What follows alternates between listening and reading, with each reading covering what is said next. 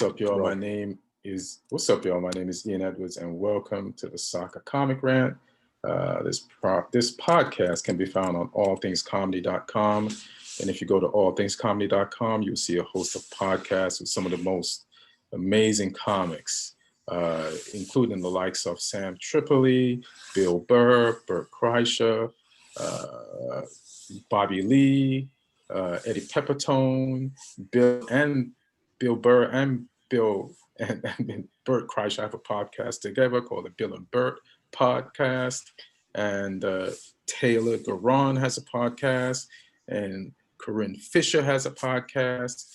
And Tom Papa, Breaking Bread podcast. You just name it, they got podcasts with different topics, different varieties. So go to allthingscomedy.com and check out all their podcasts. You can also hear my podcast on iTunes at Art19 for now, and you can watch it if you're not watching it right now. Go watch it on YouTube. Go to Ian Edwards or Ian Soccer Comic Grant Edwards on YouTube, and if you're already there, like and subscribe and tell some friends. You know what I mean? We talk about soccer, a game we love, and we have a good time every week doing it. And the sponsor for the podcast is onthevolleyapparel.com. And if you go to onthevolleyapparel.com, they have tanks, tees, hoodies, and sweatshirts for men and women in all different styles and varieties with hip-hop soccer emblems on the front. And just use my promo code ComicRant and you will get 20% off if you go to onthevolleyapparel.com. It's holiday seasons, maybe get something for your family and friends or yourself, all right? And I want to thank Aaron Brungardt, the producer of the show, for hooking this all up, hooking the Zoom up. And our guest today is Lee Hudson, Southampton fan, comic, coming to us straight from England. And you guys on lockdown? Well, actually, no, technically it's gone midnight now, so we're not anymore. As of today, we are slightly out. Yeah, ended at midnight, which was like 20 minutes ago. Oh, snap. So you could go party, bro. Nah, not really. They've lifted it like slightly. You can, because you're already past COVID, right? So you can technically. I mean, I can, but... you're good. You've had COVID, so you're good. I said I got those antibodies. I should add that to your credit. So give it up for Lee Hudson, comic, Southampton fan, and possessor of antibodies, COVID antibodies. COVID survivor. COVID survivor, baby. Yeah. And also on the podcast guest is Martin Harris. He's Polish. He's a Spurs fan. He's a comic. You've seen him in movies like The Hunt. And also he's a voice of a lot of video game characters from very popular video games. Give it up for Martin Harris. What up, Spurs fan? And, we're here to talk about everything that's gone on the weekend and even today, Champions League. And but first, I'm just going to throw to everyone, you firstly, your thoughts on Diego Maradona El Pibe. Yeah, it's a sad one, isn't it? Just one of the best players that ever did it. I mean, even in England, there's some people who are still not over the whole hand of God goal, but I think anyone that truly appreciates football should appreciate his talents and be grateful that he played the game. Right. And Martin, what's your thoughts? Well, he was my favorite player of all time. He was my hero growing up. I had a nickname Maradona at school, not just because of my soccer skills, probably not. But I was a huge fan, and I still think he was the best ever. I still think he was by far the most talented player in the history, who managed his career the way he managed his career. But at the top of his game, I don't think anyone was at that level as Maradona was at the top of his game. So the fact that he won the World Cup pretty much by himself in 1986, and they then by himself led them to the final, really average Argentina team in 1990. The fact what he accomplished with a pretty average Napoli team, it speaks for itself. Didn't handle fame very well. I think overall a good guy that was kind of naive in a lot of ways. And he became in later part of his life, he became kind of a little bit of a caricature of himself with those random jobs in Belarus or Mexico that we can actually watch the show on Netflix about his stint in Mexico. And you watch it without satisfaction because sometimes you want to have a laugh at someone, right? But in this particular case, you kind of watch it without satisfaction because you see glimpses of his unbelievable passion to the game. And even Gary Lineker, in his special segment he had on BBC, he said that this guy had incredible passion for the game, like the way he talks about it, the way he behaves about it. So that was undeniable. He just couldn't handle life at the same level as he could handle the ball. Those are great thoughts. My thoughts on Diego Maradona is like, as a player, he played against England. And Lee mentioned earlier about some people haven't gotten over the hand of God. I am one of those people. You know, like I watched that happen, and I've never seen England win a World Cup. And, you know, I wanted them to advance, and his handball prevented that. But on the other hand, his other goal was amazing. So his career as a football player was very conflicting to me. You know, it's like Michael Jordan. You know, I'm a Knicks fan. So in order for Michael Jordan to become Michael Jordan, he had to beat my team. So when Michael Jordan was playing, I was not a fan of of Jordan. And the same thing with Maradona. And then after Maradona stopped playing, you know, he had problems and issues with drugs, which I didn't judge him for, but I didn't want to attach myself to him, so that if something happened to him, like what happened the other day, like I didn't want to get hurt. So then I always distanced myself from Maradona because I didn't want it, first because of who he played for and playing against England, and second because he had this addiction problem that was ultimately going to have him end up the way he ended up. Like I didn't want to be attached to somebody that would happen to because I didn't want to get hurt. But after he passed, I regret not attaching myself to him more. And because like I actually am jealous of the people who stayed attached and are in pain, because I feel like all the enjoyment that he gave was worth the pain that people are going through now. So I actually regret not being as in pain or perturbed as everybody else for some crazy reason. I don't know if that's backward, but what an amazing guy. Like, you know, when I was born, Diego Maradona was around, and when I die, he will still be, and his memory will still live on. So that's how I feel. Yeah. I loved Messi's celebration in the Barca game when he scored the goal against Osasuna, and he took his Barca shirt off, and he had Maradona's old Newell's old boy shirt on, which is a lovely moment. And the goal Messi scored was almost identical to one that Maradona scored in that shirt, which is crazy. That's crazy. Yeah, I happened to see the highlights of that game, and Griezmann scored an amazing fucking goal in that game, like a laser light. So yeah. And another player died too. He played in England. Senegal. Papa Bouba Diop. Papa Bouba Diop. Yeah. I mean, I want to actually say a word about that because people forget who he was, and he was not only a good Fulham player, which you can name only a few of those, but he was the hero of one of the biggest upsets in history of World Cups. Yeah. Because he scored the winning goal for Senegal against France in the opening game on 2002 World Cup that led to France being eliminated in the group stages as the champions. And after Senegal, they won the World Cup, and Senegal went all the way to quarterfinal, becoming like one of the favorite teams of everybody watching football in general, right? That whole moment, that goal against France and the celebration, everything is like a iconic World Cup moment. Yeah. So thank you guys. You know, is it Papadou? I can't say his name. Papa Bouba Diop. Papa Bouba Diop. I'm still butchering it. My bad. And Maradona, thank you for your lives, man. That's all I can say. And let's get into the Premier League first before we go to Champions League. And I guess the conversation will cross over between both as we go through the games. But there's a bunch of things I'd like to discuss. I'm trying to figure out where to go first. Do we go to that boring ass game between Martin's Spurs and Chelsea? Do we talk about that snooze fest? That I'm happy to talk about that one. Absolutely. I'm sure you are. The masterpiece, the chess master. This is how boring this game was.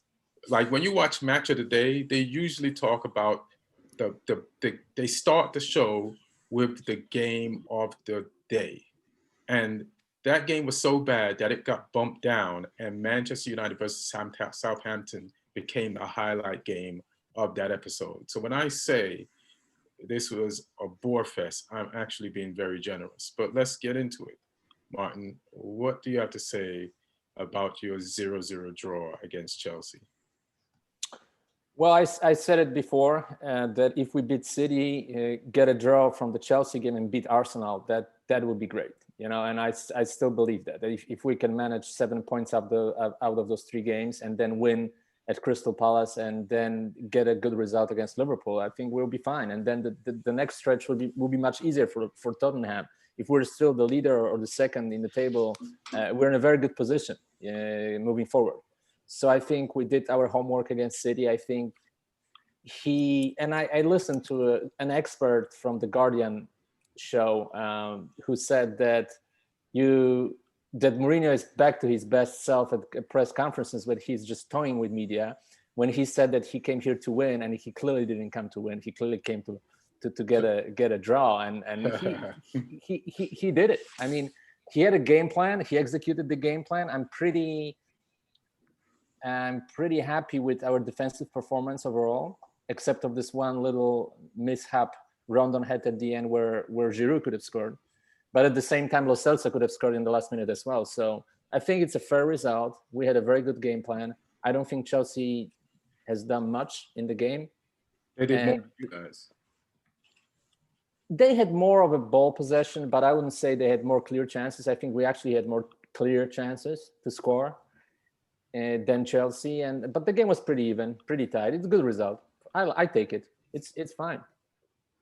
We're still. It kind of felt like it felt like Mourinho going back into his sort of classic underdog mode, like he used to back in the day. Just Martin, you call 13 shots football compared to 5 an even game, and 61% possession to 39. Yeah, no, I said possession for Chelsea for sure, but we had like 3 good chances where Chelsea. I think they had 1 really very good chance in the whole game. How did you have 3 good chances when you only had 1 shot on target? Because even in the last minute when Lo Celso was open and all he had to do was just to give the ball to Kane, and Kane would have probably scored. He just passed the ball wrong, you know. But that was a clear chance. He just misplaced the pass. If he didn't misplace the pass, that would probably be a winner for Tottenham. I don't know. Stats kind of disagree with you, but it's all. Yeah, no, they do but it's often a case with Mourinho's team, you know, especially now when he just gives the other team possession and counterattacks. I think the stats in the City game were quite similar, even worse. Yeah, I think the statistical advantage for the City was even bigger than that. Go ahead, Lee. You have anything to say about this doldrum of the game? This conversation is more exciting than that game. I think Chelsea edged it, but there wasn't that much in it. I might say Spurs had a couple of decent chances as well. So, but I think Mourinho would be quite happy with a point for sure. Yeah. It's not like I have much to say about the game, but me and Martin did have a discussion earlier this week, like after the game, and it was about like I asked Martin if he thinks Spurs has a title shot.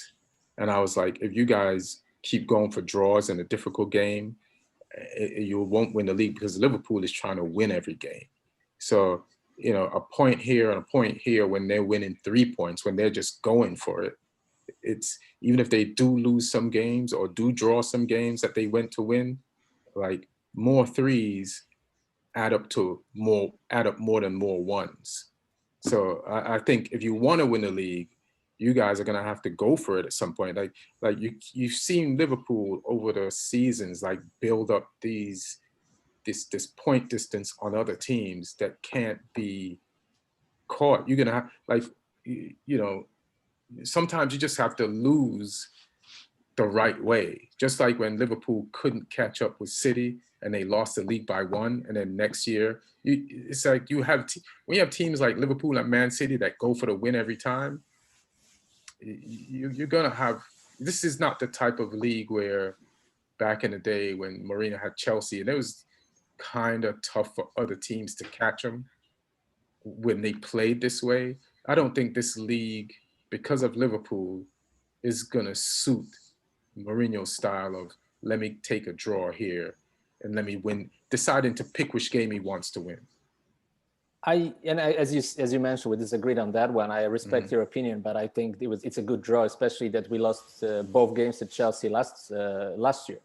They're a tough matchup for us. They always are, especially in the last couple of years. Plus, Lampard knows a lot of Mourinho's tricks. So I think getting the result from that game was important, based on the fact that we can beat Arsenal. So then if we take 7 points out of 9 games, and I believe we can beat Arsenal in the next game, and I believe we can beat Liverpool after that.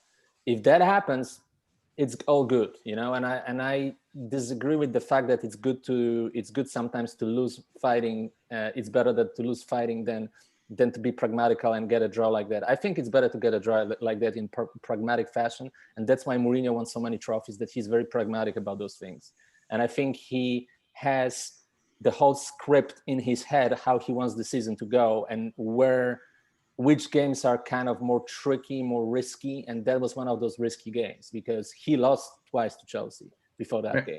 Let me ask you a question. Mourinho's last few jobs, he was fired being pragmatic because the teams in the league he was up against didn't cooperate with his pragmatic mentality. Well, he won the title at Chelsea before he got fired. And he did finish second with Man U team that was a really not very good team. And he won with the cup and he won the Europa League. If we win the cup and Europa League and finish second, I'm fine. I'm fine with that. I guess that's good for Spurs because you guys haven't won anything in a while. So yeah. I think we'll win something. No, I take it. I mean, listen. I know you tried to play. I'm not even being sarcastic. I'm dead up. I am dead up saying you made me realize that Chelsea, like it's like Pochettino, like he blew off the League Cup, even though I think he blew it off after he lost it. You know, but you need to win something first to feel like a winner, and then you can, you know what I mean. So. And playing the Champions League because of the fact that we don't have fans in the stadium, we are losing money as a club, a lot of money, and we have to be in the Champions League next year for sure. That's no doubt. Yeah. Lee, you have anything else to say about this? No, just I think it was smart by Jose because if they go there and play quite open and attacking, I think they get beat because of Chelsea's by the better team, Chelsea's firepower. Yeah, it's a smart move. Like Martin said, he's picking the games. And I think there was less pressure on them to go there and get a win after they beat City.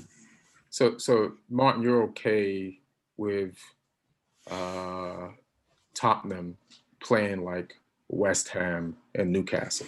No, it's just typical Mourinho football. I mean, he did it in the past. He did it with you guys, you know. I'm okay with getting results. And nobody liked it. Nobody liked it. But I don't disagree. I'm just asking if you're okay with it. That's all. I'm okay. Whatever it takes. If we win the title, let's say we win the league, you know, like I would look at this game as one of the most important games to win the league because we struggled at Chelsea for a long time. Even the title we lost to Leicester City, it was in the game against Chelsea. Then we lost the title to Chelsea. With a record number of points for the second team in the league. And then Chelsea took us out twice last season. It's our nemesis. It's our weakest point. You know, it's pretty much the team that has the most success against Tottenham in the modern history. So that was the game I was kind of afraid of. And I'm not as afraid of the next one against Arsenal. I think we can beat Arsenal. I would worry about Arsenal because Arsenal is like a wounded animal right now. Arteta needs a win, and it's sometimes it's harder to play a team that has potential, that has two or three losses in a row under their belt. I can't remember. They had a one draw for sure against Leeds, but they lost a lot of games. Yes. So it's a draw against Leeds, and then 2 losses, I think. So yeah, or 3 losses even. Yeah. Let's Yeah. I think I think the way that Arsenal play though will actually play into Tottenham's hands. Yeah, exactly. I think it will suit them. Explain that. Well, they move the ball quite slowly. They don't attack very quickly. But once they get the ball into the other half, if they give it away, they're so open. I mean, you look at some of the goals Wolves scored at the weekend. I think it will suit Spurs. Spurs will just let them have the ball in their half or do like a mid press, and then if they attack with speed, they'll get chances. Yeah. If we just attack the defensive formation that is so prone to make mistakes, I think we'll get something of the game.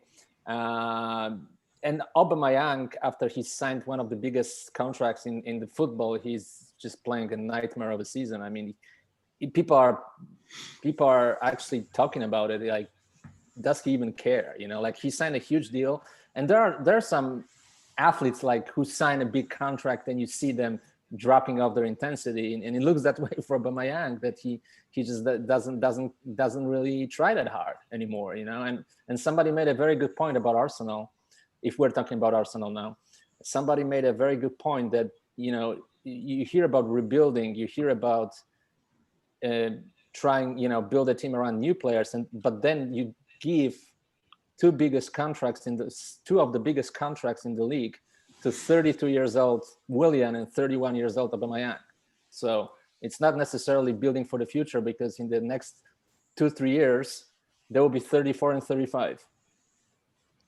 Well, Willian had a decent game. He had an assist in this game. So let's go to the Arsenal versus Wolves game. First, there was a serious 4 minutes into the game. They had the head injury with Ramirez and Jimenez and David Luiz. I'm sounding like I have a head injury. He had a complicated surgery on his skull today. Fractured skull. Fractured skull. Yeah, it was a huge problem. So he might be gone for the season. Yep. Shit. At least like 4 or 5 months for sure. Yeah, he's conscious and talking and everything, and he seems okay. But yeah, fractured skull's not anything to play around with. Yeah, and what do you think about David Luiz staying in the game? Like, I would have taken him out.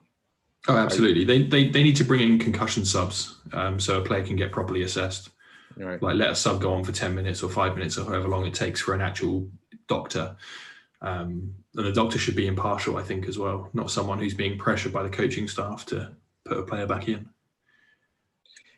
So you think a concussion sub, and then he comes out the game if the player's fine, and then the player goes back in. But what if so can that sub come on as a regular sub afterwards? Yeah, I think that should be fine. Yeah. That'll be weird as hell. Like, you played 5 minutes, then you're out, and then in the 89th minute of the game, the coach is like, "Hey, I need you to get back in." But really, how often do these sorts of things happen? It wouldn't be happening every single game. And I think the player safety is the highest sort of valued thing out there. Yeah, for sure. I think they should have taken David Luiz out of that game. Like, he was bleeding just because of the condition of the other guy. You got to relate the other guy's injury to his and be like, no matter what he's saying, he should be out of the game. Martin, do you have anything else you want to say about the Arsenal game? Versus Wolves? Yeah, absolutely. I mean, I remember our first conversation when the season started, when I said that 8th is the highest I can see Arsenal finishing this season, and you guys were either you or you two. Me definitely. Yeah. I disagree with you. Disagree with me, but it looks like I can be optimistic for Arsenal, because nothing is really working for them. It looks like a complete disarray of a team. Hard to say what they really try to play. There's no way of playing they really have set up. So Arteta is on a hot seat, and I think we can take him out of that hot seat next weekend. I think we can ship him back to Spain. Yeah, and make Pochettino Arsenal's coach. Is that what you're trying to say? That's not going to happen. Because he's not going to get the job somewhere else that he's waiting for a job. I'll tell you that. We'll see. He might get the Real Madrid job if Real Madrid's job might be available soon. We'll get to that. Yeah, we'll get to that. Yeah. I just like Podence, and Podence, man, he's just a baller. and Traore did his thing in that game, and Neto. and Neto too. So and the depth of Wolves, even though they sold two main players, just Wolves played an amazing game, especially, and they probably were really inspired by the injury of Jimenez. It just wasn't like some games are games, and then some games turning to something else after the whistle is blown to start the game. And this is one of those games that turns into something else. And it's like you have to, like, all the things that you discussed in the pregame get thrown out the window because of circumstances that happen after the whistle is blown to start the game. It just wipes the slate, and this was one of those games. But I hope Jimenez fully recovers 1,000%, and also David Luiz, and despite their injuries, Wolves got ballers, and they have a great coach, and they may finish above Arsenal this season. We'll see. Like, I still think there's time for Arsenal to put it together, especially playing you guys next week. It's not a normal game; it's a derby, and the worst teams like when Man City was at their worst, or when we're terrible, Man United is terrible, and Man City's like flying at full peak. It's tough for them to beat us. So you can't overlook the derby aspect next weekend. Well, here's the thing, and knowing from experience, because being around players and being around teams, I gained one practical knowledge. In games like this, you can see if the team pulls for their coach and wants to get the coach fired, because if they want him fired, that's the easy way out, because they play a superior team. But if they want to actually fight for the coach, they will fight for the coach, and it will be a difficult game. Because the problem with Arsenal is that in the last couple of games, they look disengaged, some of the players at least. Where was Partey? Is he injured? He's injured, yeah. And what about El Nini? He was in the bench. He's just come back from having COVID. Okay. So, so having El Nini back, and it's sometimes it's those things too. Like, Arsenal doesn't have a lot of room to play around. They got a lot of youngsters. They still have some mismatched parts from the Emery era. And they have some parts that they want, so it's still a juggling thing. You know what I mean? But I mean, the fact that Aubameyang is having such a poor season is almost unthinkable. I mean, the only way really to fix that is to put 3 in the back of the net next week, and then all that talk week after that, with the new coach, with the new manager, with the new manager. All right, just so that you hope. No, but let's just say the one final word about Arsenal. I mean, because I want to ask you. We did. No, but I want to ask you guys an opinion about Arteta. Like, what are you actually seeing in his approach to Arsenal that can make you optimistic? Because I'm not seeing much, really. Can I tell you something? All right, tell me. So to win the FA Cup, he had to beat, who did he beat? Man City, right? He beat 3 top teams to win 2 trophies, even though it's a dispute whether the Charity Shield is a real trophy. So who did he beat? Chelsea? Was it Chelsea? Or who did he beat to win the FA Cup? City, for sure he beat City. City, and who did he beat in the final? Chelsea, right? Yeah, it was Lampard, I think. And then the Charity Shield, Liverpool. So to win 3 games like that, 2 in such a small amount of time, is you had Pochettino for 4 years. He's arguably one of your best coaches in recent history. He didn't win anything. You know what I mean? Like, we had Van Gaal, we had Mourinho. Like, there's just so many coaches that struggle, that were regarded as good coaches, that struggle to win anything, especially with a pandemic on top of that. And he won. So that's why. And the way they won those games, I saw something. Not just winning those games and beating those teams and winning those trophies. I saw something. Emery didn't do none of that shit, So I see. I think Arteta's win rate has actually gone below Emery's now. Now it has. 100%. 100%. Yeah, but we'll see. Maybe I'm wrong. Well, Lee, tell me back me up a little bit, because I don't think you see in Arteta that much. I agree with Ian that he did a phenomenal job when he first came in and winning those trophies and stuff. But then you have to ask how much goodwill does that buy you going forward, because I think he's coming somewhere close to the end of, of that goodwill that he brought with those wins. Like, it's getting smaller and smaller. And I think it's not even like they're being inconsistent. They're just being consistently bad at the moment. Yeah, it's not good. I mean, it's the curse of beating Man U. But there's no better way to turn that around than beating Spurs next week. So. It's not going to happen. By the way, do you see any way for them to finish top four? Do you see any way for them to finish top four? Not top four at all. No.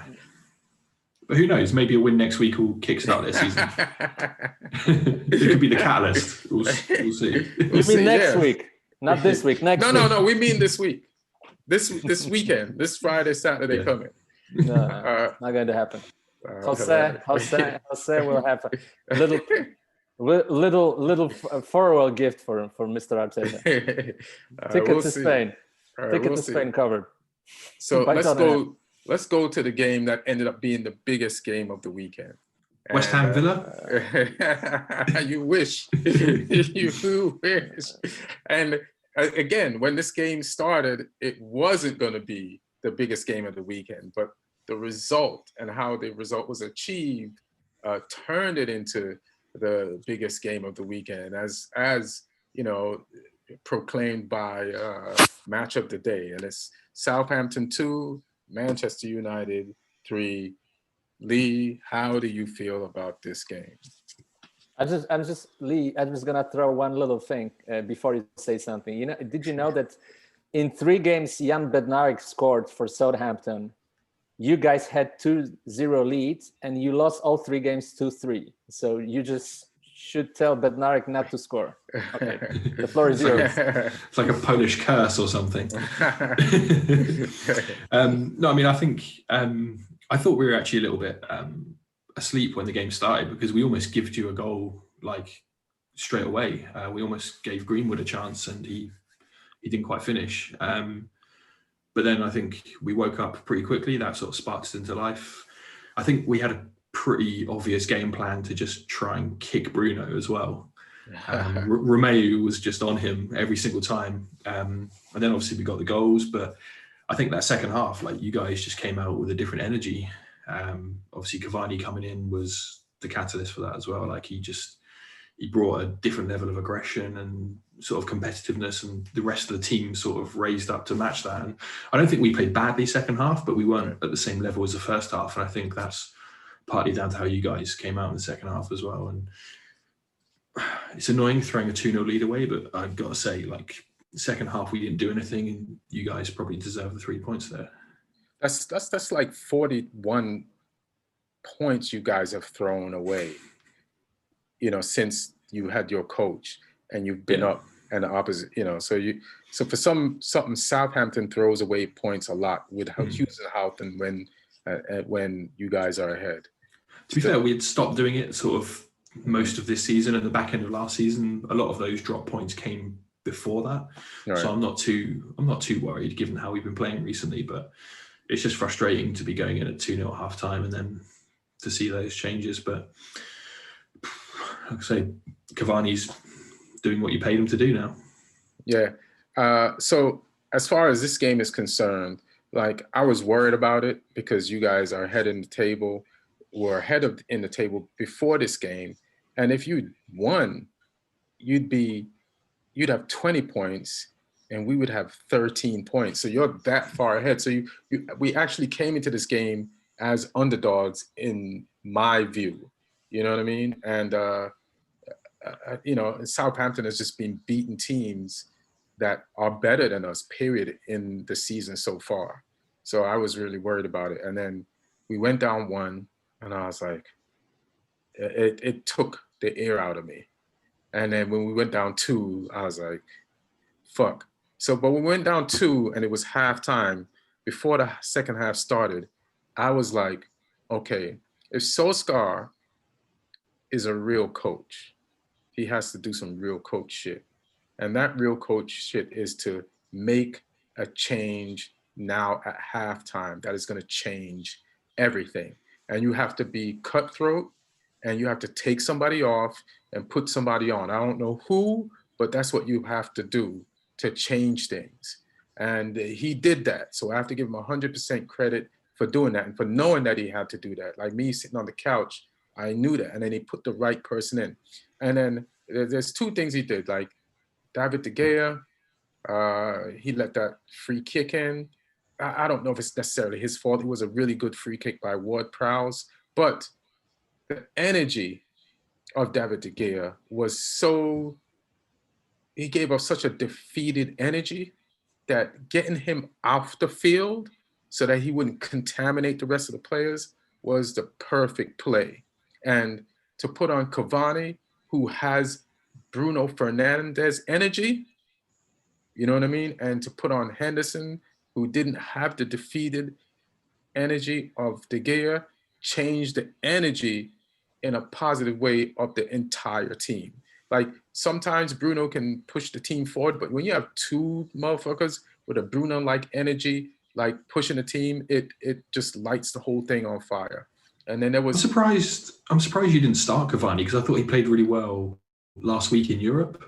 Mm-hmm. And like Greenwood has obviously been out of the team for a couple of weeks. So I think Cavani would have probably been the better choice to start. But I mean, it worked out okay for you guys in the end. Right. But also, they're different players too. They're different players. They offer you a kind of different type of a game, where Greenwood, it's more speed and attacking from the wing. I think that's where he's at his best. And Cavani, it's an old school center forward who will finish chances, you know. So I think that's also what the game needed at that time.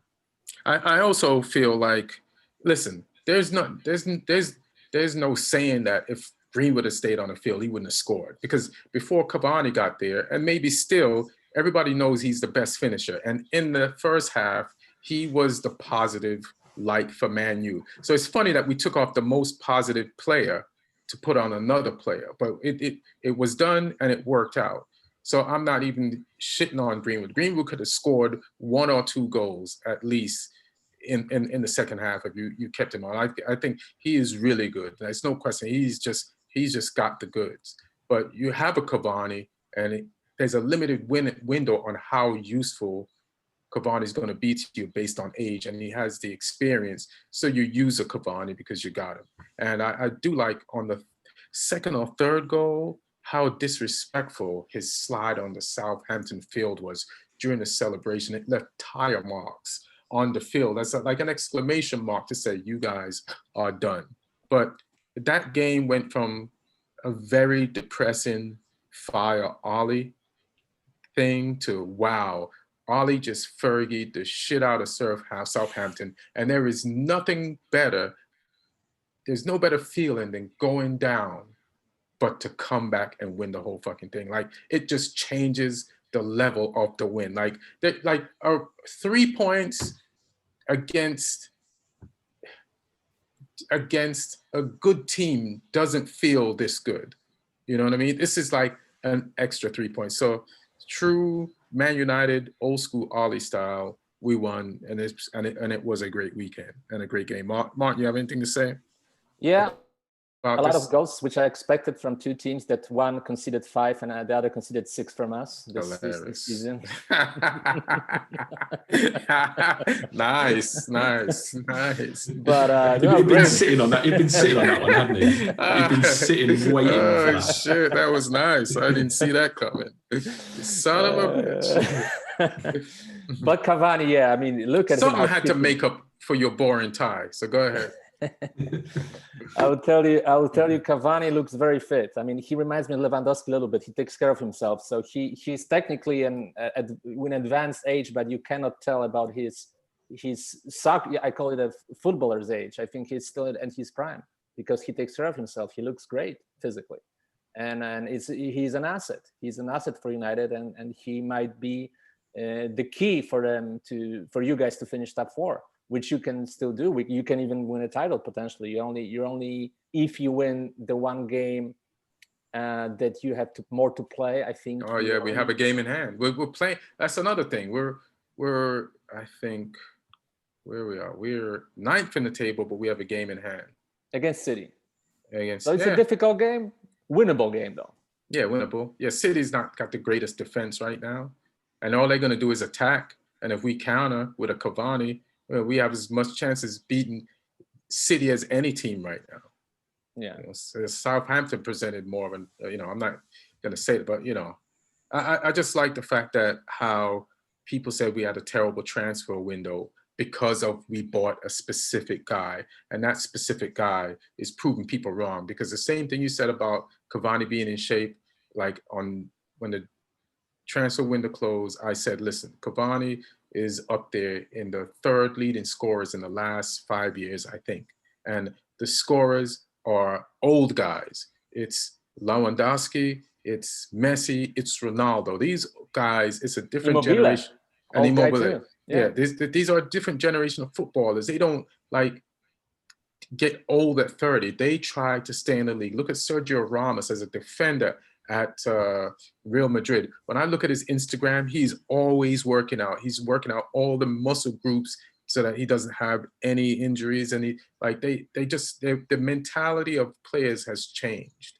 And so Ibrahimovic is playing better now than when he was 25. Yeah, he's 39. He has 39. AC Milan at the top of the league in Italy. With a cushion, with a 5 points cushion. Yeah. With a 5-point cushion. So it's like, you can't be like, this person is old anymore. Like, these guys are competitive and they want to be a legends for a long fucking time. So I thought it was more positive to get Cavani than negative.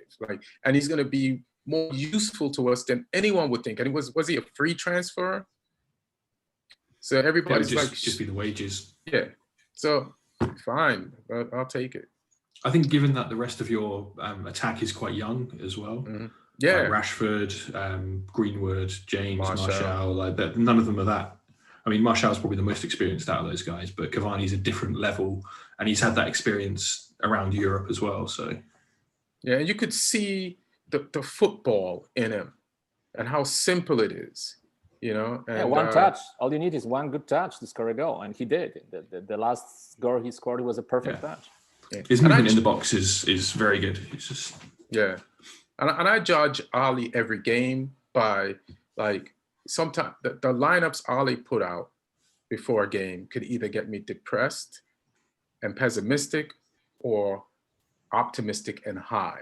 And this lineup that he put out, I was like, it's everybody I would play. So when I saw that, I was like, we have a chance. You know what I mean? So, and then to still have positive people you could take off the bench and put in the game, we still have to get it together. We're changing lineups every game, and I can't even blame him. Just don't put Mata in there. We just don't need Mata to start. Put him on as a sub. How do you like Telles over Shaw? You think that Telles is a better player? I think they both give you good things. So I'm not going to shit on one for the other. I'm just glad we have a left foot backup for Shaw who can play football. You know what I mean? Like, it's tough when you have Williams, he's young and he's really right-footed, but you put him on the left. You know what I mean? It kind of, you could see the hesitancy in him a little bit. And I like Wan-Bissaka. There's some tackling that he did to help one of the goals get started on the right side. But I don't know who I was talking to, but I don't know what's going on at Manchester United, but I was watching some Champions League today, and Matteo Darmian scored again for Inter. It's not the first time he scored in the Champions League for Inter. So this guy, who was a complete failure, sat on the bench for most of his time at Manchester United, is starting for Inter, and as a left back, scoring for Inter. So it's like, what the fuck? Like, it's just football is like, how could he not do this under more than one manager at Man United? But he goes to Inter starting, and as a right back, which we needed him to be, is scoring. So it seems like Inter is like a kind of a dumpster for you guys, because you say anyone who's failing at Man U you send to Inter. And they thrive. And they thrive, yeah. So thank you, Inter. But, congrats, Darmian. He's not a failure. Where do we want to go from here? Which game? What else was going on this weekend? City? Yeah, City demolishing Burnley. Yeah. They're back. They were back at least last weekend. Yeah, there's goals all over the place. And who wants to go first on that? I can go first. The guy who started in goal because Pope was injured, his name is Peacock. and that was his first game on Peacock, because that's the channel in United States that shows games. So didn't work out. He had 2 last names, the goalkeeper for Burnley. Yeah, Bailey Peacock Farrell. Right. So he's one of those people who's like, I want to represent my mom and my dad. And you disrespected both parents by having their last names on the back of your shirt. And I feel bad for him. Yeah, he'll be fine. Because you know what would have been the 2 embarrassing goals got scratched. So they lost by 5, but the 2 goals that would have been embarrassing to, if it was 7-0, that those goals, if they had counted, would have pretty much ensured that he might not be able to embarrass his parents, not in the Premier League. That one that looped over him to the far post was really bad. And one more thing, because I saw our the fans of the show that they pointed at you, Ian, that you said something about Mahrez last week, that you wouldn't start him, and then he scores 3 goals. In this game. But true. But I still like, you have to spread your goals out. You know what I mean? Like there's games where he didn't score. So he scored. I'm not saying Mahrez is good. I would say Bernardo Silva, who won you 2 titles, is better. And in a team where you've lost a lot of players from the spine of your championship, I would try to keep the spine of my championships as long as possible. And if Bernardo Silva is a very capable player, why isn't he playing ahead of Mahrez? And why, when you did play him, you put him on the left in the midfield as opposed to on the right? You know, where were those guys last week when Mahrez did nothing? You know, so I get it. I get what they're saying, though. I get it. Point taken. I liked what they pointed out on Match of the Day as well. Like, it was good to see John Stones come back and actually have a good game as well. He was pretty solid. With Diaz. Diaz was good. Actually, Diaz helped, I think, the defense. It's a good buy. It's an expensive buy, but it's a good buy. Yeah, I still think Laporte and Diaz is their best 2 defenders, but it's good to see Stones back playing again, especially if he can get back in the England team. Right. I mean, the danger is the Premiership takes time to get used to, and the Man City bought a lot of defenders, but if any combination of 3 of those guys get used to playing in the Premiership and figure it out, then Man City will be that dangerous team again. You know, so, you know. I really liked Mendy's goal in that game as well, the cross to the far post, and it was a ridiculous angle, but he just controlled it first time. Great finish. Did you see the goal? Let me just comment on the Mendy goal. That was like perfect. It was the only, I don't even blame, like some of the goals that Burnley goalkeeper let in, Peacock Farrell, I don't even blame him. Like that Mendy goal, that's the only way that would have scored from anybody. Left foot, one shot, pinpoint pull shot in the corner of the net, and you can't blame that goalkeeper or his parents for that goal. Yeah, but did you see, guys, the goal Harry Winks scored in the Europa League for the Spurs? Did you see the goal he scored? We don't watch Europa League, bro. No, I saw it. That was a miss hit. It was a great goal. It was. He tried to play the ball to Bale. No, I agree. I don't think that was a miss hit. I think he tried to play to Bale. Because Bale made a sign, played it to me, and he made a run. So I think he tried to play to Bale, and he overhit it. Yeah. Nah, I'm gonna say he meant that. How dare you? You're a Spurs fan. How dare you? It looked that way. Look, he tried to. Plus, I'm not a huge Harry Winks fan anyway. What's going on with Everton? How many have they lost in a row now? They can't get it together. They started so strong. You have Carlo Ancelotti. And I know Leeds is very difficult. And Leeds is like the gynecologist stirrups. You know what I mean? Like you get in, they will just open you up and they just play through you. And every guy just runs so hard. And I know, I think it was Lee or maybe my homeboy Lloyd, but it was somebody English saying that those guys are going to get tired towards the middle of the season. Leeds is going to be easier to beat. But when I was watching the Leeds game, I saw them make some subs, and I'm like, oh shit, they didn't start Acosta. They didn't start that guy. So they actually had some depth too. So it's not gonna. I feel like the beauty of Bielsa is when he's with an organization that wants to spend some money, he's able to find the right players to fit in their system.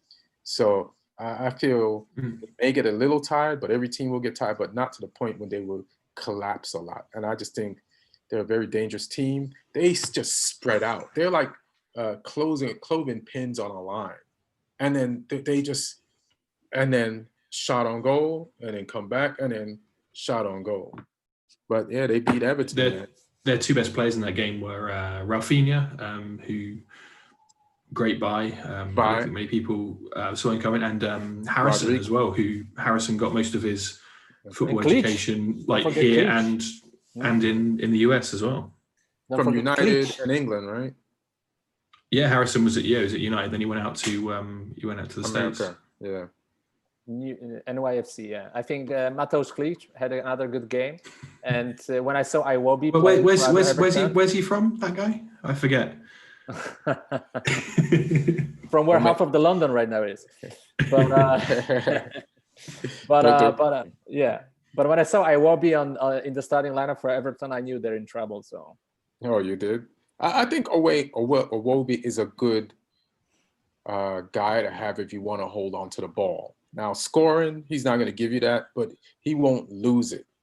And he doesn't have like any cutting edge. But yeah, I'm not mad at Iwobi, but Leeds definitely did their thing. I'm trying to see if there's anything else.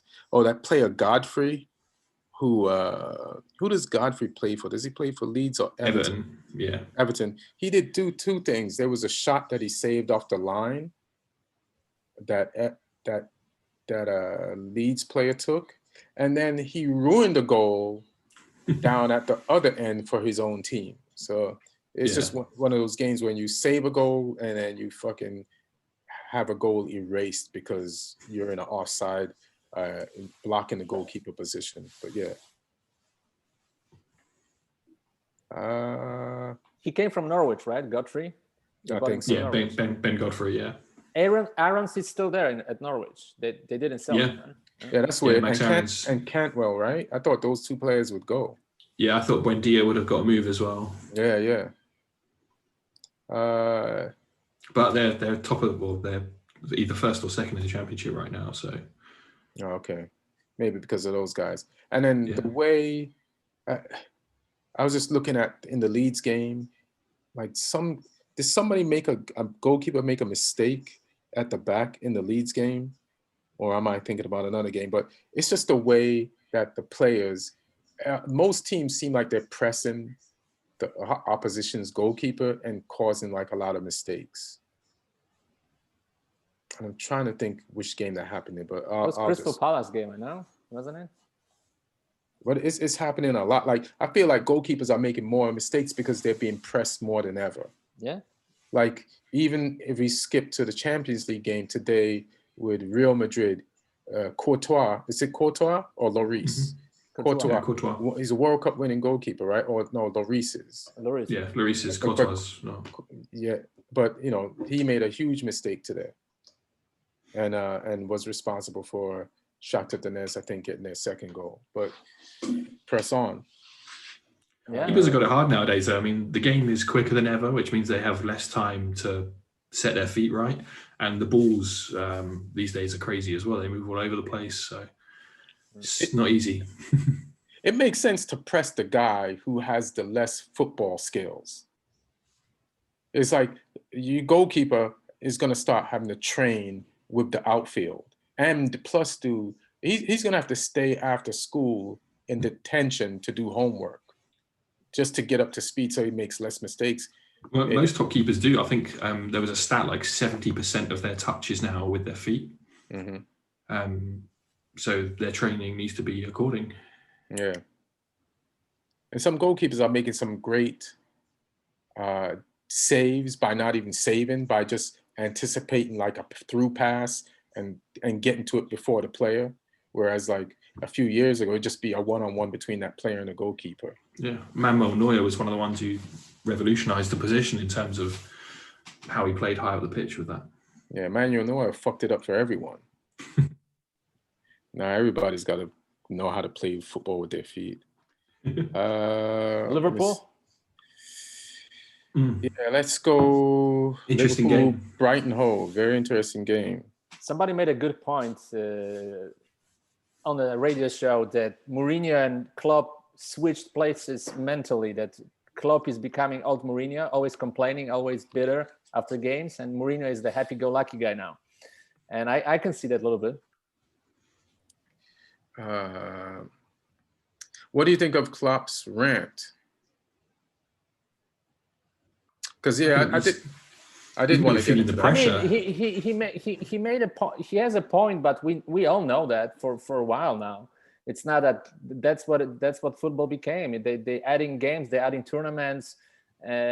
Almost every 1 or 2 years, they're extending number of teams for Euros, extending for World Cups, League of Nations, another cup, World Club Championships, just to make more money. And yeah, of course, there are too many games. I agree, there are too many games, but that's why also he bought so many players. He's unlucky with injuries, but he also has so many players for that particular reason. Yeah, if any team is built for this, it's Liverpool. But go ahead. I'm sorry, I cut you off. And plus at the very end of the game, actually was Brighton who was done wrong, because they deserved the penalty. So I think, you know, he likes there is a little bit of a truth in saying that he became Mourinho-ish from Mourinho 4 years ago, and Mourinho became Klopp-ish in some ways. I don't think that was a penalty. I understand the VAR people saying, "Hey, ref, go look at that," right? And I understand him going to look at it. I understand him seeing the contact that was made between the defender and, was it Welbeck?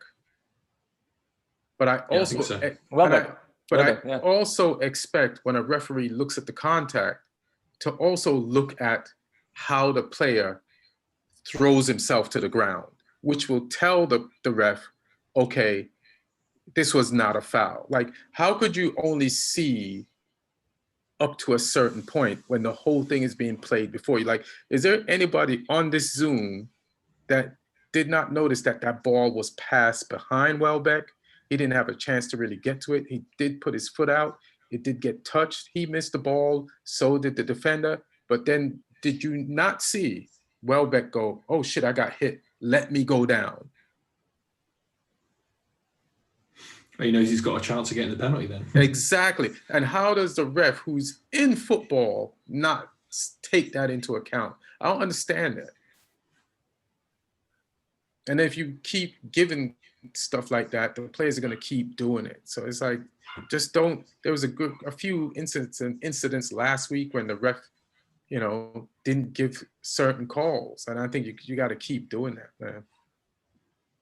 But yeah, Liverpool drops more points, makes Spurs #1 right now. I mean, we're number one before the game.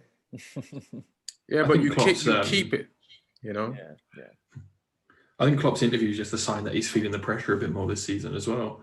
Like, he's been, for the last season, everything went his way. Season before, he was, you know, on the verge of building something because he could sense it, and then, you know, it hasn't gone his way this season so far. Yeah, it's harder to get points, and they make mistakes defensively. I think Liverpool is one of the teams that conceded the most goals in the league, if not the most, right? So that's the problem too, with your defensive lineup, with all those guys out, with your two main center backs out. I'm looking forward to the game against Liverpool, because I think we have a chance to beat them. Normally they will be much superior, and we might have a chance in this particular game. We might have a chance to win the game. Yeah, I think right now they're the most beatable they've been in the last 3 years. They lost to Atalanta in Champions League just a week ago. So I know, that was shocking. Yeah. So, I mean, he's right, but he also, so that all the coaches met and they talked about trying to get the league to make them have 5 subs. And the 5 sub thing was something that I talked to you guys that I thought should remain at the end of last season, before the season was even over. I said they should keep that. but then the FA decided not to, which is a mistake, knowing about all these games that they got coming. And now the coaches want that. So, you know, I think they should give the 5 subs, but Chris Wilder from Sheffield United, who's only playing like in the domestic competitions, was one of the coaches that was like, nah. And then he was like, Klopp called him out. Then the journalist asked him, and he was like, double down. He's like, listen, man, we're a little club, and the other clubs ain't looking out for me, so I'm looking out for my club. So I don't want there to be 5 subs. So I get his point, but I do think for just the quality of football overall and the protection of the players, there should be 5 subs until we're clear of like all the backup of games because of Corona and quarantine. Especially this time of year, although Wilder himself might need 11 subs to get some points finally. I was going to say, like, especially this time of year coming into Christmas when the games like are every 2 or 3 days, right? Like it's needed, even if it's just temporary. Like put it in for December and January, then lift it in February or something. I think that's why Wilder doesn't want it, because he feels like because there's games in Europe and he has to play these teams that have games in Europe and have more money than him, this is the time when he can take advantage of those people that are playing like in Europe and have a better chance of beating them because they're tired, you know. And another thing about the Manchester United game, I just want to give Solskjaer props for, is Southampton didn't play any games midweek last week, and we did, and we went down 2, but we came back after playing games midweek like for the last few weeks. So hey man, it's even an extra victory. And Burnley didn't have to play any games midweek. City did, and then they beat Burnley 5-0. So that's really a 10-0.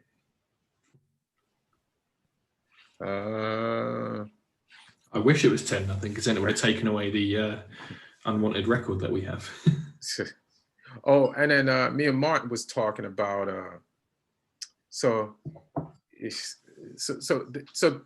this makes my point. So they were talking about how Solskjaer has broken a Man United record by winning 8 road games in a row. And I've made the argument before this that you can't count like the games now as away games. Because I'm gonna ask you, Lee, is Solskjaer, like, this is not the best Man United team ever, right? And Solskjaer is not a better coach than Alex Ferguson, right?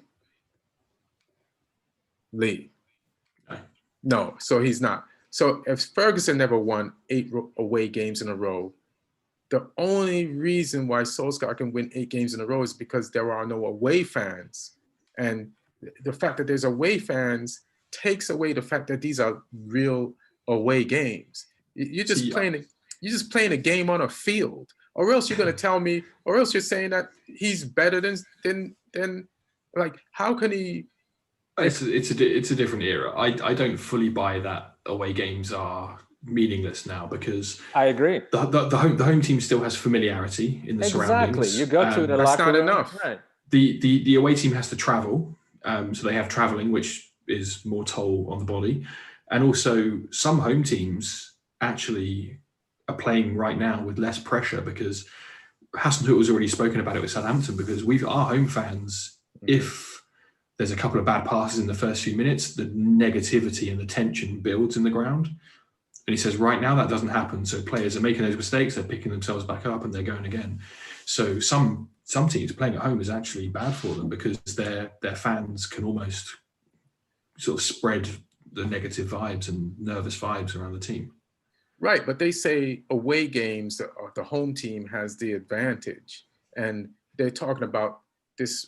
I feel their points are valid, but overall, I feel it's easier. Like, it's 50% easier at least, not the whole way, to beat somebody away. That's how I feel. I feel like it's slightly easier. I wouldn't say 50%, but yeah, it's not as difficult as it was previously, but I wouldn't say it's easy. I say 50% easier.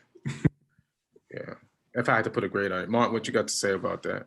I would agree that it is easier for sure, but it's not. It is not the same.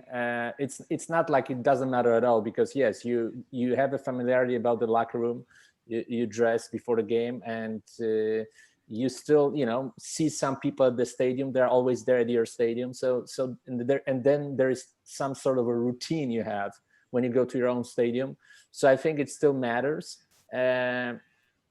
But now it's going to change, because some fans will be allowed in some places. I think Manchester will be the last place actually where they allow fans, because apparently they have the highest numbers of COVID. But I think they're going to get some fans this weekend in London and some other places, right?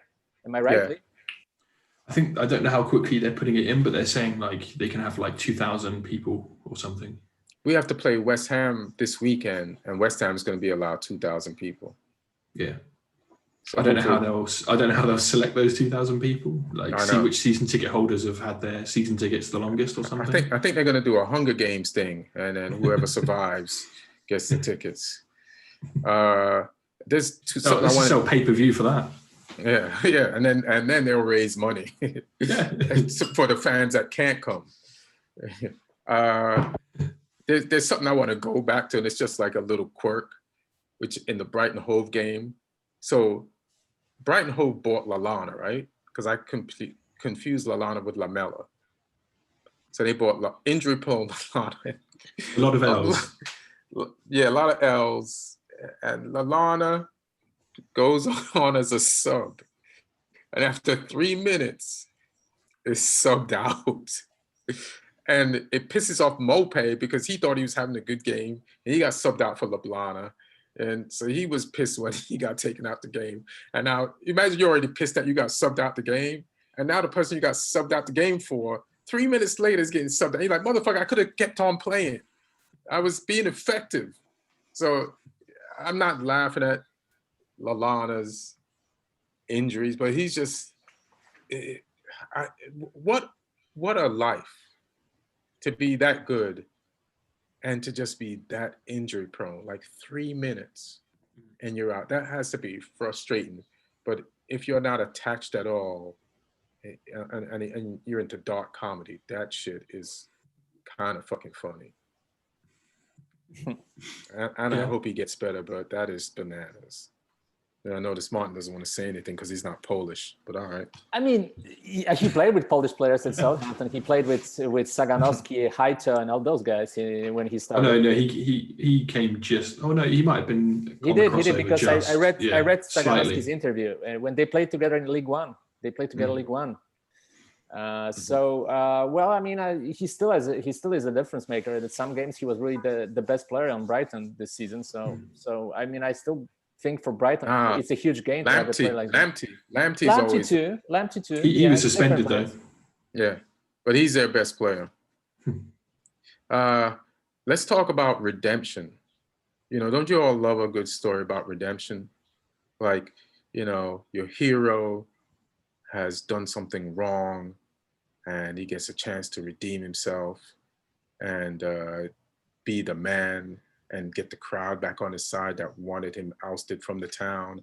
So in this game, this is the story of double redemption.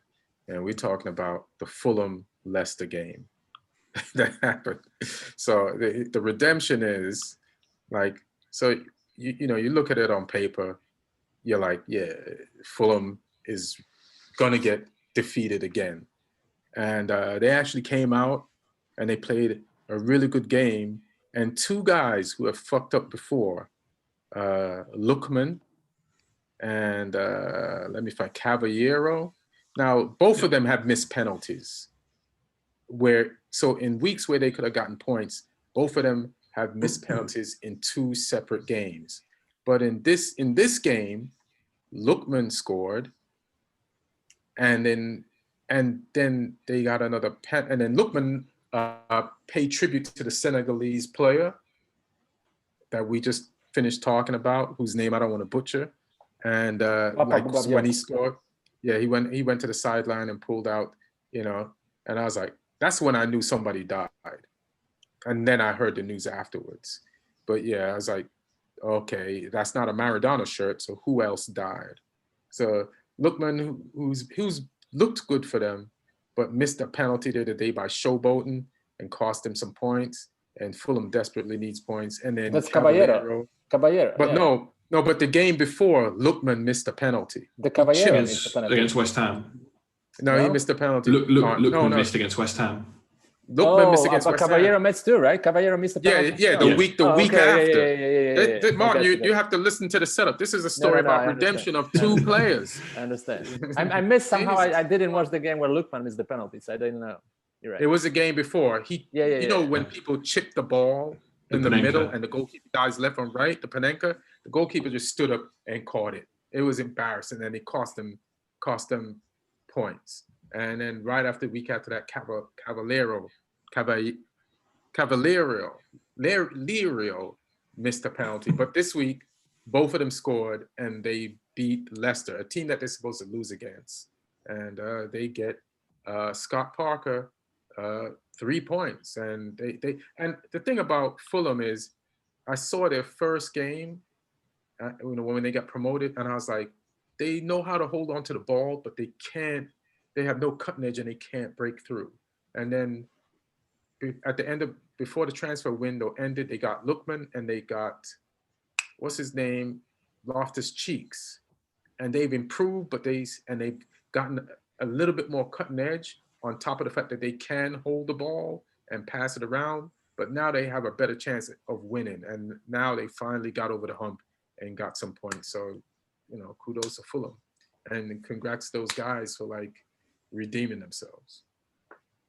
I don't know if you guys have anything to say about that game, but I just wanted to throw that in. Well, listen, Fulham got some players at the very end of the transfer window, finally. So they were hopeless before that, but right now they have some weapons offensively. And with the way the league is going, with Sheffield United and Burnley being so disappointing, I mean, there's a small window for them to stay up if they continue in that fashion. If they continue to play like that, and maybe even strengthen when there's a chance to strengthen in some areas, especially defensively. Why not? I mean, they looked very good in this game. That was really eye-opening performance. I didn't know they have it in them to dominate the game the way they dominated. They dominated the game pretty much. Yeah, they have it in them. They just couldn't get the ball in the back of the net before. But with Loftus-Cheek and Lookman, because Lookman's coming from Germany, and I saw him playing in Germany. He's gotten his shit together a little bit. So I expect him to give teams some trouble. Yeah, Mitrovic can't even break into the team anymore. He's on the bench. That's his iconic scorer, the best scorer in the last 2 years. I know a lot of people who made Vardy their captain in Fantasy Premier League this weekend as well. So they all lost out. But I had Harvey Barnes in my team, and he still scored for Leicester. So I'll take that. Yeah, he made it 2-1. He got the one. Yeah. Well, they play City next game, so let's see what they're really made of. I mean.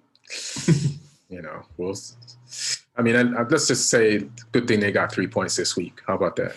All right. Villa versus West Ham, Trezeguet. That's all I have to say is Trezeguet. It's like, I've talked to Lloyd 2 weeks in a row, and Trezeguet has missed 4 goals in 2 games. And he's like, you got to score at least one of them. And there was one point in this game, Villa created the most chances, and Trezeguet missed chances in the game before last week. And this weekend, right in front of the goal, 6 yards in front of the goalkeeper, passes it to the goalkeeper. It was like a defender passing the ball. It was like a back pass from a defender, his shot. And that was the game right there. They lose points. And West Ham, David Moyes, is David Moyes turning around his history? Is he becoming the guy that was at Everton before? Is he no longer a laughing stock? Look how good West Ham is doing in this league. Yeah, he changed the way they play, and they're a really good team, and we'll hopefully see it next weekend. Wow. Wow. I talked about Fantasy Premier League earlier. Unfortunately, I also had Ollie Watkins in my team, and he missed the penalty. I thought he'd redeemed himself, and then got involved and just Mr. Crossbar. Jesus. Yeah, there's a lot of stuff in that game. We're going to talk about Grealish's dive. I'm trying to remember that play, but I do remember Grealish's goal and Grealish that was showing, good. and Grealish he's just, and there's so many plays with the ball around him. Like, he cannot be contained. He cannot be trapped. He cannot be pressured into making a mistake. He has this class and this quality. And do you think he's so good on the ball? So good. He's so good, man. It's a pleasure to watch. Yeah, definitely stepped up this season. Definitely, it's better, improved, and one of the better players around for now. Yeah, for sure. But another disappointing game overall for Villa, because they could have and should have had more out of it. Yeah, they should have got more out of it, at least a tie. Yeah. But they didn't. There's a guy I really like on West Ham at the moment is Jared Bowen. Yeah. He's really sort of snuck out of nowhere. They bought him from Hull in the Championship. They paid a little bit for him for a Championship player, but no one really had, I think, any great expectations. But this season, he's really he's looking useful in the system that Moyes is using. Yeah, well, let's not forget that David Moyes, before he had this one unfortunate season with Man U, he had a really good time at Everton for a long time, you know. So if he can find a situation like that at West Ham, that he'll be a good, solid mid-table team over maybe mid-table, maybe 7th, 8th even in the league. I mean, he's capable of doing that. Why not? Yeah, I mean, because let's face it, if you get Moyes, you want Everton Moyes, you don't want Man United Moyes, you don't want Sociedad Moyes, you don't want Sunderland Moyes, you don't want the first spell at West Ham Moyes, and you don't want West Ham Moyes. That's what I was going to say. So hilarious. Now, will he take a revenge on Man U in the next game, David Moyes, for all his problems and being disrespected for all those years? No, he won't. He won't get revenge. There's one more game. West Brom, I think. Sheffield United, West Brom. Yeah. Sheffield United, bro. They just can't score a goal. Going on? What's going on or what's not going on? Well, I checked some video breakdown and some opinions, and they're valid, that the Sheffield United are actually not playing bad football. They just can't score. They have nobody to score a goal on that team. So listen, in this game, I like, they created so many chances, and like you said, they couldn't. Like, if they let the forwards use their hands on Sheffield, they wouldn't get the ball in the net. That's how there's some voodoo curse that's not letting them score, and it's working. So I don't know who's doing it to them, but if they were playing a team and everybody on the other team had 1 foot, they wouldn't score the way their luck is going right now. The kid from Chelsea looks good though for West Brom, Gallagher, who scored their goal. He did really well last year. I think he was at Swansea on loan in the Championship. Chelsea just doing their typical thing where they just loan all the guys out. But he looks like he could come back and play for them in a year or two. Right. Yeah, I think in the transfer window, Sheffield has to buy a definitive. They have to spend as much money as they can to buy a definitive scorer, so that they don't have this question every week because if you can build up and you can hold on to the ball and you can retrieve the ball when the other team has it, you got to put the ball in the net or you're going to go down. Yeah, none of their strikers, in my opinion, are capable of scoring double figures in a season. So McBurney, McGoldrick, Liz Mousset, like they're not bad players. Brewster as well, the young lad. They're not bad players, but none of them are going to score double figures, I think. Right, and I believe in Brewster, but by the time he develops, Sheffield will be down. So they just have to, dig deep in their pockets and, go down to the lint in their pockets and come up with some cash and get that score. Paying money for a striker might not be, more expensive than the money they'll lose from going down. Yeah, exactly. So you might as well do it. And that's it on the Premier. What about Cavani's tweet? I'll say it. Let me say it. Gracias, Negrito. It's a weird thing, isn't it? Because you don't really know his intention and how it's used in the culture there. He's obviously saying it to another South American or Spanish speaker. But obviously, you'd think players would be smarter than to use, because that was apparently the word that Suarez used against Evra as well. Although in a different way. In a different context, yeah. So Suarez did not say gracias ever. No, he didn't say gracias. But you'd think players would just be smarter now and not even risk that sort of thing. Do you think he should be given a chance and no ban? Yeah, I think so. But I'm not the FA. Like I've read a lot of articles about Cavani just before this, like when we got him, and when you ask, and Rio Ferdinand went to PSG on, and this was like something I watched last year, and to his surprise, he found out that the fans' favorite player was Cavani, and one of the reasons is because he's a man of the people.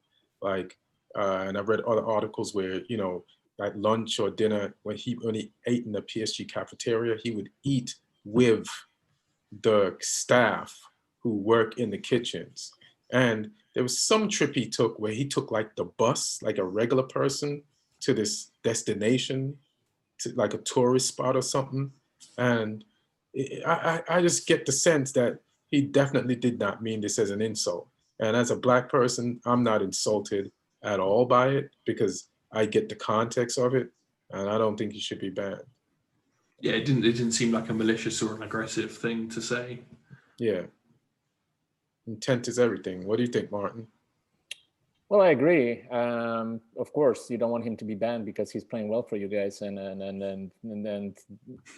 in a good moment for himself. And I know that word is being used, just like this word, the English version of that word is used between rappers.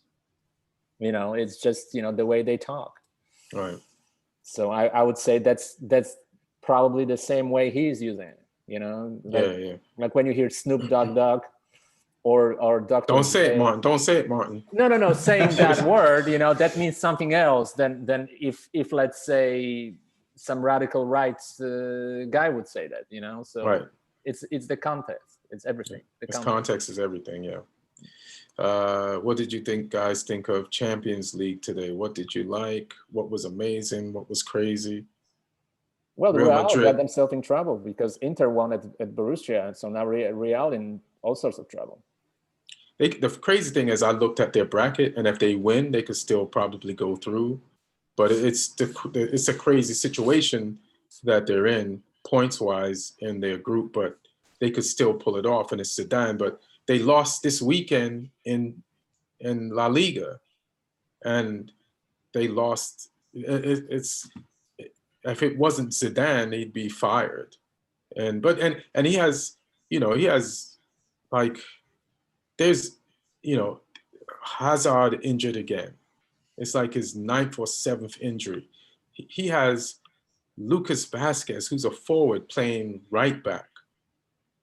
That's their right back, like on a regular basis. There's players I've never seen before. Like I follow Real Madrid all the time, and I'm just getting familiar with some of who these players are. You know, Sergio Ramos wasn't there, at least not on the weekend. I can't remember if he played, but you can't just look at the results. You got to look at like what's happening injury-wise, and they're definitely in a rebuilding period. I was just pausing to see if anybody has something to say. It didn't go well for them at the weekend either. Mm-hmm. They're in a bad spot at the moment for sure. Did anyone see João Felix today? I love him. This is his year. This is his year, man. This is his fucking year. Like a few games ago, like he's playing with more zest. You know what I'm saying? Like he's like one of those like laid back, cool, fancy players. But now he's playing with like this edge. And he scored a beautiful goal today. And Simeone will do that to you. Simeone will give you an edge. Right. But Simeone also gave him a year to like get used to it. And now, like, this guy might end up being worth the money. Like, from what I've been seeing this year. Absolutely. You know, he was young last year, He's getting more mature, and if he keeps this up, he's just Well, they paid for him a lot of money. They paid for him Mhm. 100 million euros. So yeah. he has to produce. He has to produce for sure. He's on it, man. Like today, I had a choice of games that I could watch, and then I was like, well, Bayern is already through, so they might not play their A team. But I was like, name brand wise, name recognition wise, it's Bayern and Atletico Madrid as like the other compared to the other games. But I did want to see Zhao, and I think he's going to end up being one of my favorite players if he keeps this up. Definitely, and Bayern Atletico is that's a game that you should be seeing in the later stages of the tournament. I mean, not necessarily the group stage. So Right. yeah, that was a good choice. And Liverpool's youngsters beat Ajax 1-0. You know, that Good goal as well. Yeah, great goal. Like everybody thought that cross was over, except I'll tell you his name in a minute. Except Jones. Yeah, Curtis Jones. And Curtis Jones wants it. He's the type of dude that wants it, man. So it's he's got a chance right now. And he's got a chance. It's like there is depth at Liverpool, for sure. Yeah, because at the moment they're playing him. There's Nico Williams and Phillips as well. And they got Minamino. They got Jota. You know, what do you think about that? Who's Phillips, the defender that played this weekend? Yeah. He's good. He's a good header of the ball. He wins challenges and duels in the air. And Jota, such a fantastic buy. He pretty much picked it up for them in a very difficult moment, and he carried that team in a lot of ways through the last month. So what a phenomenal buy for them. Absolutely. Who you guys got tomorrow? Just asking about some of these games. Sevilla versus. This is going to be tough for us. Yeah, I agree. And you know, when I think about this game, like we could have beat. What's the name of the team in the group that beat us? The Turkish team. It's a very complicated name. It's Istanbul Basaksehir. Right. Thank you. Thank you. Right. I knew one of you European guys would know how to say it, and it's like I'm already half American. Yeah, we could have beat them, right? We could have beat them, and we could have been through. But Solskjaer, like I said, it's always the lineup that worries me, not the formation, the lineup. And the lineup he played that day set us up to lose that game. And then there was another. We lost a league game right after that. Who was it? I'm just saying, it's like we could. Was it the Arsenal game? It probably was the Arsenal game because I think he played Mata or something like that. And it's like we could have lost. We could have won those two games, and then tomorrow losing to PSG would have been acceptable. But now, because he threw those games away with putting up those bad lineups, he's in a position where he has to win tomorrow, and it's going to be tough. Haven't you still got to play Leipzig away in the last game? Yeah, you can't. Like Leipzig, you can't just like think we're just going to beat them because we beat them, and so it's like we have no guarantee. Like we need, especially if they beat the Turkish team tomorrow. Exactly. So this is not locked up. So you know, it's funny when you're a coach and when you're Solskjaer and you have no history. He just won 4 in a row.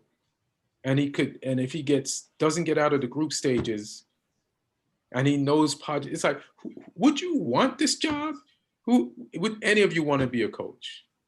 With where it's just like you're on a tightrope above a gorge, and there's sharks below, and there's a wind blowing, and all you got is a pole.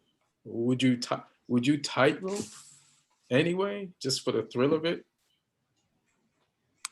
Like I'd certainly do it for the money they get. So, all right, yeah. I guess if you get fired, you still get paid, and you get it all in one go as well. Yeah, but that is a tough game tomorrow. Yeah, absolutely. What about Sevilla versus Chelsea? Who y'all got? It's not Europa League. So Chelsea. Are Chelsea already through in this? They might be. Let me see. Let me see if they'll show me the group. Because they beat Rant last week, didn't they? So they won't play everybody, huh? Possibly not. All right. I can't see it from where I'm at. So it's not that big of a game. But PSG Man United is Dortmund Lazio. Could that be interesting? Dortmund surprisingly lost at the weekend to FC Köln, which was real surprise. Right. Could it be because could it be because they're tired because they play midweek, and perhaps. that team doesn't, and they get to rest and wait? Yeah, perhaps. Lazio aren't pushovers though. That'll be a good game, I think. Right. And this is like Premier League related, but do you know there's no game this weekend between Aston Villa and Newcastle because Newcastle got corona cases? Yeah, their whole training ground has been shut down and everything. The whole team's had to be put into isolation. Right. So I think only 4 of them have actually got it, but they've had to isolate everyone on that basis. And some staff members too, right? Yeah. All right. Trying to think, is there anything else anybody wants to cover or talk about? Let me just look at the BBC. Anything?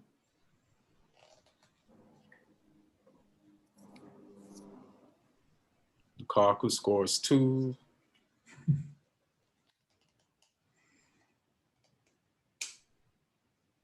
Jimenez made a statement, like you said. Jimenez made a statement. Yeah, that's good that he's, not feeling too bad after it. But yeah, I expect him to be out for a little bit now. All right. So I guess I don't know if he'll have to play with some sort of head protection afterwards, like Czech used to or something. I know, yeah. You better. Definitely. For sure. Oh, and I see a thing saying Gilmore set to feature for Chelsea against Sevilla. So it'd be great. I'd watch that game just to see Gilmore. He's a baller.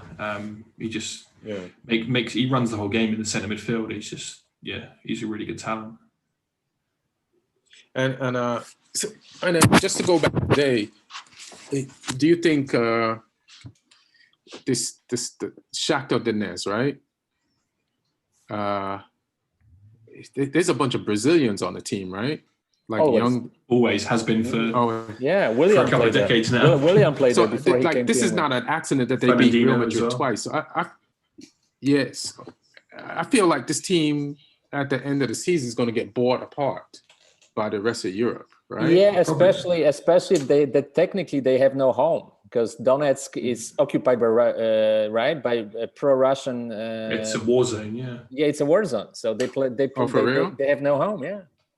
Their stadium got bombed. In Kiev. Oh shit. So it's almost like it's a good thing that's coronavirus, so it doesn't matter where they play. They playing somewhere, but they don't have a home. Oh shit. Yeah, I think they're used to their team getting picked apart every couple of years by bigger clubs, and I think it's made them a lot of money over the years. Like Martin mentioned, Willian was there, Fernandinho was there as well, people like that. They've Luis Fabiana, right? Yeah, they've done pretty well off it. Douglas Costa. Yeah. Let's see if I can see this list. Let me see. So Tete's performance in Madrid, because there was a guy named Dentinho I saw today. Yeah. So if you go through the list of Shakhtar players, squad has based they just have scouts in South America who just pick all these guys up straight out of the Brazilian leagues. Yeah, so where did Ronaldinho didn't play for them, did he? No. Or he's a Grêmio graduate. So Douglas Costa came from Grêmio in Brazil, so did Ronaldinho. Right? Yeah, Grêmio's got a good academy. So Lucas Leiva, who used to play for Liverpool, came out there as well. Right. What about Rivaldo? Did Rivaldo come from Grêmio? Romario? Ronaldo? No, those guys came out of other clubs. I think Ronaldo came out of Cruzeiro. Yeah, but yeah, I feel like some of these players might end up on Real Madrid next season. At least one of them. Can't beat them, you buy them. Anything else you guys want to plug? Talk about how was your Thanksgiving? Lee, how was your Thanksgiving? Non-existent. Okay, that's what I thought. Just checking. Martin, how was yours? I was a DJ at USC, a little party with 4 or 5 people in the patio. I was playing music for like six hours, and we're dancing. So it was fun. You DJ? I didn't know you DJ. No, it was just for that night. Somebody With your Spotify playlist? Did you lay some like Polish techno on them? Or no. Only one song. But yeah, I mean some techno. It's like from the early 90s. We had a screen, so we play YouTube clips. Oh, okay. So it was a lot of fun, little vibe. So I took some chances, and I'm going to see if I live for the end of the week. What kind of chances? I hung out with some people. I didn't have no mask on, and they didn't have no mask on. We ate, and I'm normally good, but I'm kind of just like everybody else. So let me just speak for myself. Kind of frustrated, like I've been mostly quarantining faithfully, but just this. But at least you performed some comedy here and there, Yeah. So you did a show. You did a show on a beach, didn't you? I did a show at the beach on Sunday, and that's the last show because they said this lockdown was going to start last week Wednesday, but I think today or Monday was like the official. Monday. It's so confusing. So I did a show at the beach, and they shut that show down. They're not that. The person who puts it on is not going to do it anymore until this new shutdown is over. And the rest of shows, as far as I know, have been shut down too, like the Grand Market. So Zoom shows. You'll do some Zoom shows then. Yeah, maybe. I'll bomb on Zoom for now, see what's up. Yeah. So, life is back to being restricted again. But yeah. Anything you guys want to plug before you go? No, nothing. All my shows in December are getting cancelled. So yeah, I want to plug all my shows being cancelled. So you can come out to the. I've got one left on Thursday, and that's it. You going? Yeah, it's in like an area that's not got many cases, so all right. I'm going to spread the love. Yeah, my shows, all my shows also got canceled, but only partially because I never booked them. So that's how they got canceled. That I didn't have any shows, unfortunately, but I'll get back to it. I have an interview with Gonzalo Higuain, the new 442. Oh, shit. I have a movie called Stay coming out on Amazon Prime in January, and hopefully more soon. All right. I have my album called 100% Half-Ass, which is available at ianedwardscomedian.com. Just click the merch button. It's produced by Conan O'Brien. It's $5. You guys can get that, or you can listen to it on just any of those streaming sound audio systems. And follow me on Instagram and Twitter at Ian Edwards Comic. Lee? Lee Hudson Comedy on Instagram and Twitter. I'll just add one more thing because MLS is in the final stages of the tournament, I would say, and the Eastern Conference Finals is set. Western Conference Finals will be set, I think, tomorrow. Who's in the Eastern? Columbus and in New England. It's a huge surprise. The top teams got eliminated. Nani missed the penalty, and they got eliminated. For Orlando, LAFC eliminated. Philadelphia, number 1 team after regular season, eliminated. Miami with Higuain, who only scored 1 goal, eliminated. Shit. So it's gonna probably be Seattle again. They look like the one team that is Seattle versus who? Seattle versus probably New England, but I think it's Seattle will take it at this point. No, but who do they have to face?